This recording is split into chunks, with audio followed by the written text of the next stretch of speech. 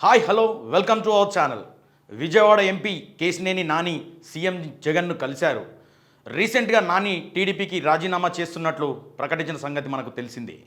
ఈ నేపథ్యంలో ఆయన పయనం ఎటువైపు అనే అంశంపై అందరి దృష్టి ఆసక్తి నెలకొంది.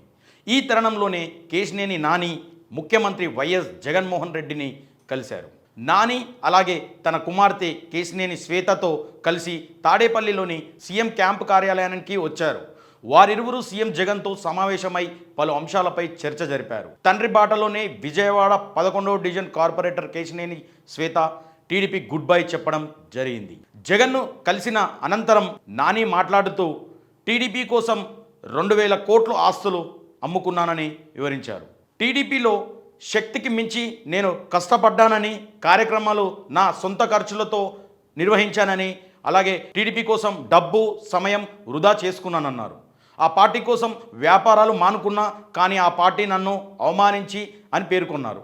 ఇన్ని రోజులు టీడీపీ కోసం ప్రజల కోసం ఎంతో చేసినా ప్రయోజనం లేకుండా పోయిందని ఆవేదన వ్యక్తం చేశారు. చంద్రబాబు పచ్చి మోసగాడని కేశినేని నాని సంచలన వ్యాఖ్యలు చేశారు.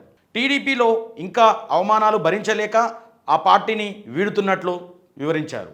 సొంత పార్టీ నేతల నుంచి ఎన్ని అవమానాలు ఎదురైనా తట్టుకొని నేను నిలబడ్డానని, చంద్రబాబు పచ్చి మోసగాడని ప్రపంచానికి తెలుసు, కానీ ఈ స్థాయిలో మోసం చేస్తాడని ఊహించలేదన్నారు. అలాగే రాబిన్ శర్మ టీం మన పార్టీకి ఎన్నికల్లో 5 కంటే ఎక్కువ సీట్లు రావని చెప్పారని, కానీ ఆ రిపోర్ట్ బయటకు రావద్దని తనకు సూచించినట్లు కేశినేని నాని వెల్లడించారు. ఓ వ్యక్తితో ప్రెస్ మీట్ పెట్టించి తనను ఉద్దేశపూర్వకంగానే నన్ను తిట్టించారు, అలాగే మండిపడ్డారు అని చెప్పుతో నన్ను కొడతారని ఆ వ్యక్తి తీవ్ర వ్యాఖ్య చేసినా సైతం పార్టీ నుంచి కనీస స్పందన లేదన్నారు.